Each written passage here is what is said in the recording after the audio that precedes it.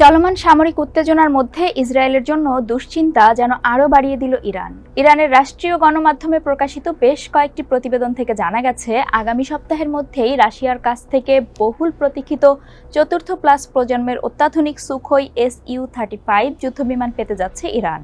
ধারণা করা হচ্ছে, ইসরায়েলের সাথে চলমান উত্তেজনায় নিজেদের আরও সমৃদ্ধ করতেই অস্ত্রভাণ্ডার বড় করছে দেশটি। চলুন জেনে নেই অস্ত্রভাণ্ডারে আর কি কি যুক্ত করেছে তেহরান। সঙ্গে আছি আমি রুকাইয়া জহির।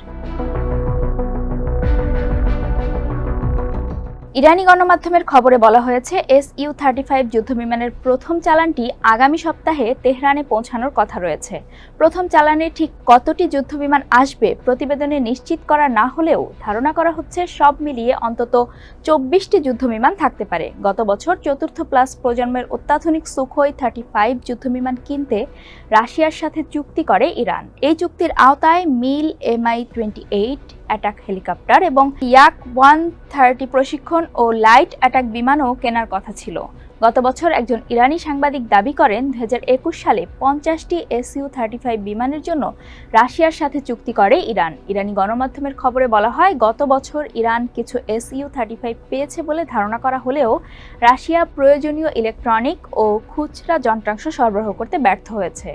রাশিয়ার উপর ইসরায়েল ও আরব উপসাগরীয় দেশগুলোর চাপের কারণে এই সীমাবদ্ধতা তৈরি হয়েছে বলে জানা গেছে। এখন ইসরায়েলের সাথে ক্রমবর্ধমান উত্তেজনার মধ্যে সম্ভাব্য ইসরায়েলি হামলা থেকে তার আকাশসীমা রক্ষার জন্য Su-35 এর সক্ষমতা বাড়ানোর জন্য ইরানের জরুরি ভিত্তিতে প্রয়োজনীয় যন্ত্রাংশ প্রয়োজন। বর্তমানে ইরানের কাছে কেবল কয়েক ডজন সক্রিয় আক্রমণকারী বিমান রয়েছে। এগুলোর মধ্যে যেমন আছে রুশ যুদ্ধবিমান, তেমনি 1979 সালে ইরানি বিপ্লবের আগে যুক্তরাষ্ট্র থেকে সংগ্রহ করা কিছু পুরনো মার্কিন বিমানও রয়েছে। IISS এর তথ্যমতে তেহরানের সংগ্রহে রয়েছে 9টি F-4 ও F-5 যুদ্ধবিমানের একটি স্কোয়াড্রন, রাশিয়ার সুখোই 24 এর একটি স্কোয়াড্রন ও কয়েকটি MiG-29, F-7 ও F-14 যুদ্ধবিমান।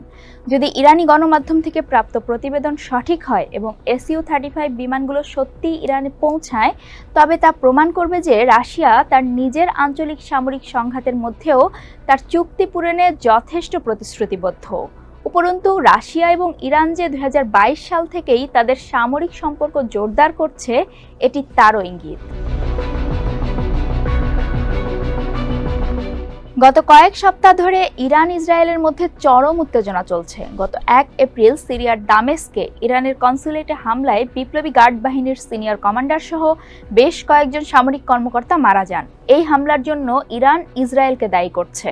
দামেস্কে হওয়া সেই হামলার জবাবে ইসরায়েলে অভূতপূর্ব ড্রোন ও মিসাইল হামলা চালিয়েছে তেহরান। এর জবাবে ইসরায়েল 19 এপ্রিল দিবাগত রাতে ইরানে ক্ষেপণাস্ত্র হামলা চালায়। আক্রমণ করা হয়েছে কেন্দ্রীয় প্রদেশ ইস্পাহান অঞ্চলে। হামলার মাত্রা ও ক্ষয়ক্ষতির পরিমাণ সম্পর্কে এক রকম দাবি করা হচ্ছে। ইরানের রাষ্ট্রীয় গণমাধ্যম বলছে, হামলায় তেমন কোনো ক্ষয়ক্ষতি হয়নি। এছাড়া ক্ষেপণাস্ত্র নয়, ড্রোন দিয়ে হামলা চালানো হয়েছে বলে উল্লেখ করেছে তেহরান। তবে হামলা পরবর্তী স্যাটেলাইট চিত্রে দেখা গেছে, হামলায় ইস্পাহানের 8ম শেকারি বিমান ঘাঁটিতে ইরানের S-300 PMU-2 আকাশ প্রতিরক্ষা ক্ষেপণাস্ত্র ব্যবস্থার রাডার ক্ষতিগ্রস্ত হয়েছে। হামলার মাধ্যমে ইসরায়েল একটি স্পষ্ট বার্তা দিতে চেয়েছে বলে মনে হচ্ছে। ইসরায়েল বোঝাতে চেয়েছে, তারা যদি ইরানের পরমাণু স্থাপনায় হামলা চালানোর সিদ্ধান্ত নেয়, তাহলে ইরানের সবচেয়ে অত্যাধুনিক বিমান প্রতিরক্ষা ব্যবস্থা অকেজো করে দেওয়ার সক্ষমতা তাদের রয়েছে। তবে ইরানের পররাষ্ট্রমন্ত্রী আমির আবদুল্লাহিয়ানের বিবৃতি থেকে বোঝা যায়, ইরান পাল্টা প্রতিশোধ নেওয়ার চাপ এড়াতে আক্রমণটির তাৎপর্য বা ক্ষয়ক্ষতি কমিয়ে প্রকাশ করার চেষ্টা করছে। তবে ইস্পাহানে হামলার পরপরই যদি ইরান অত্যাধুনিক Su-35 পায়, তবে তা ইরানের সামরিক সক্ষমতা উল্লেখযোগ্যভাবে বৃদ্ধি করবে, যা গত কয়েক দশকের মধ্যে ইরানের প্রথম বড় ধরনের যুদ্ধবিমানের চালান হবে এবং ইসরায়েলের বিরুদ্ধে তাদের প্রতিরক্ষা ব্যবস্থা জোরদারের বার্তা দেবে।